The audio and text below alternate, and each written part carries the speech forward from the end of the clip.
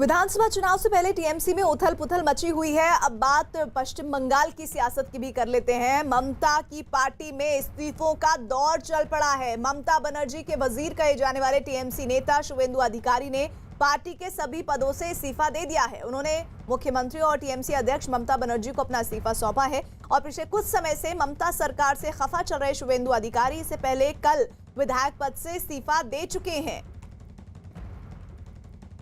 पश्चिम बंगाल की राजनीति में सियासी घमासान का दौर चल रहा है। टीएमसी के बागी नेता शुवेंदु अधिकारी ने बुधवार को पार्टी से इस्तीफा देने के बाद आज पूर्वी मिदनापुर के नीमतौरी में एक पब्लिक रैली की। रैली के दौरान उन्होंने अपने कार्यकर्ताओं से अपील की कि उन्हें अन्याय के खिलाफ लड़ना होगा। इसके साथ ही उन्होंने लोगों से अपनी विरासत को न भूलने और उसे बचाकर रखने की भी बात पर जोर दिया। शुवेंदु अधिकारी के इस्तीफे को टीएमसी में एक फूट के तौर पर देखा जा रहा है और ऐसा माना जा रहा है कि शुवेंदु के अलावा टीएमसी के कई विधायक और सांसद भी उनके समर्थन में इस्तीफा दे सकते हैं।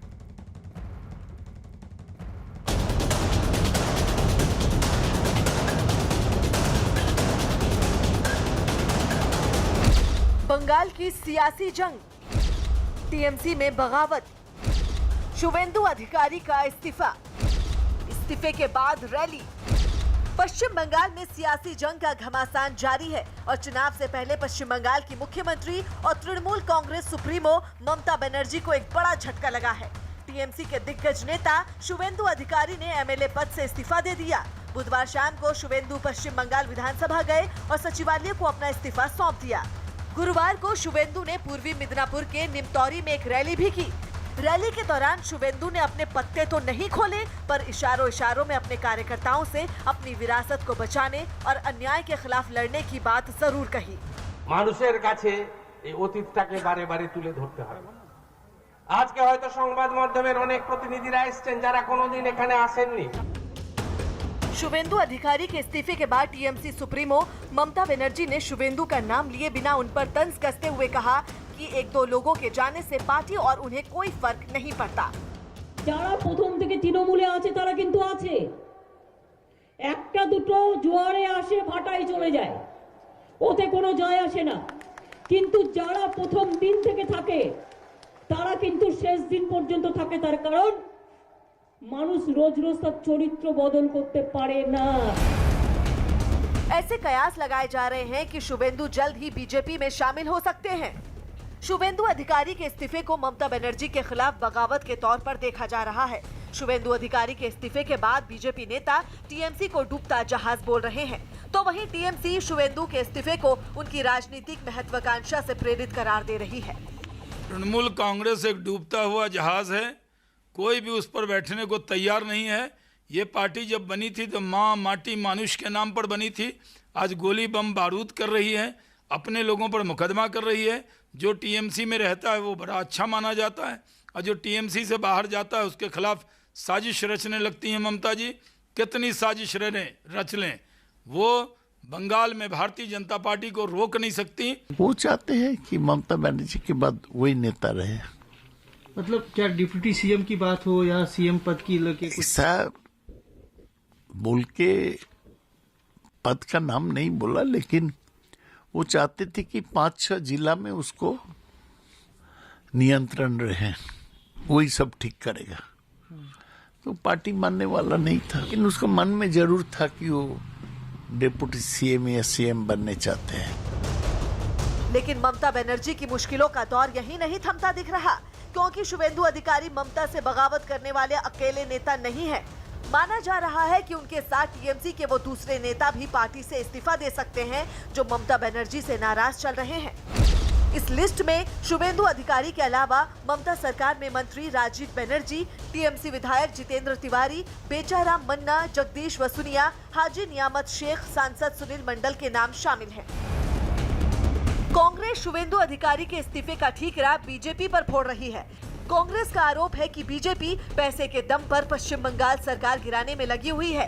टीएमसी सांसद सौगता रॉय का कहना है कि चुनाव से पहले शुवेंदु अधिकारी ने इस्तीफा देकर पार्टी से विश्वासघात किया है।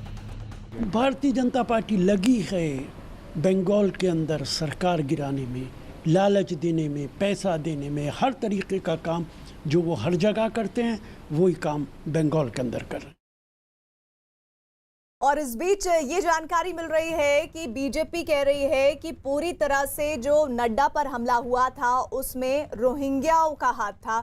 इसी पर शिशिर भदौरिया बीजेपी के नेता हमारे सहयोगी अरुण के साथ जुड़े हैं। सुनिए उन्होंने और क्या कहा है। शिशिर जी हैं, भारतीय जनता पार्टी के नेता हैं और इलेक्शन कमीशन से मिलकर बाहर निकले। सर, आपकी मेन डिमांड क्या इलेक्शन कमीशन से थी? देखिए, परसों हम लोग दिल्ली में मुख्य चुनाव आयुक्त के फुल बेंच से मिले थे और उसी के एक फॉलोअप में आज हम लोग आके यहाँ जो डिप्टी इलेक्शन कमिश्नर साहब हैं जो कलकत्ते के दौरे में आए हैं उनसे मिले। जो पहले हम लोग ने अभियोग दिया है वो तो हम वापस रखे ही, जिसमें है कि आप यहाँ का जो कानून व्यवस्था है वो चरमरा गया है, वो नहीं है। तो इसलिए रिप्रेजेंटेशन ऑफ पीपल एक्ट के अनुच्छेद 15 के अनुसार आप यहाँ पहले से 6 महीने के भीतर जो आप कर सकते हैं अपना आचार संहिता लगाइए, नोटिफिकेशन करिए और केंद्र बल को यहाँ तैनात कीजिए। आज जो मुख्य मुद्दा हम लोग ने रखा वो था कि वोटर लिस्ट, जो ड्राफ्ट वोटर लिस्ट 18 नवंबर को लगाया गया, उसमें ये देखा जा रहा है बहुत सारे मृतक वोटर का नाम अभी भी है। जो लोग घर बदल दिए हैं उनका भी नाम है। तो ये सब क्यों रह रहा है? ये रहने का साफ कारण है कि जाके चुपके से कोई वोट दे दे, किसी को पता नहीं चलेगा। लेकिन एक और मांग आपने वहाँ उठाई थी कि जो बांग्लादेशी शरणार्थी हैं, रोहिंग्याज हैं, आपकी पार्टी की डेलीगेशन ने वहाँ कहा था, आज भी ये मसला उठा? आज भी ये हम एकदम साफ तौर पे खुलासा किए कि आप यदि देखें जो विधानसभा जो सीमांत एरिया के बगल में है, वो विधानसभा में अचानक वोटरों की संख्या में वृद्धि कैसे हो गई है। अच्छा, यदि कोई कहीं नया शहर बसता या कोई नया सेटलमेंट होता है वहाँ तो ठीक है, नए वोटर आएंगे, मगर अचानक से, और वो भी खास करके सीमांत एरिया में जहाँ वो हम देखते हैं वृद्धि हुआ, वो कैसे हुआ? आपने एक और पॉइंट है जो देखा गया, हमारे अखिल भारतीय सभापति श्री नड्डा जी का जो काफिला पे अटैक हुआ, वो साफ तौर पे मैं बोलूँ वहाँ बगल में जो 2 रोहिंग्या गांव हैं जो बसाए गए हैं, वहाँ से लोगों को लाके किया गया। जी, तो ये तो शिशिर जी जो कह रहे थे कि जो मांगे दिल्ली में चुनाव आयोग से की गई थी, लगभग वही मांगे यहाँ भी इलेक्शन कमीशन से की गई हैं। कैमरामैन आशीष धर के साथ अरुण सिंह, न्यूज़ 18 इंडिया, कोलकाता।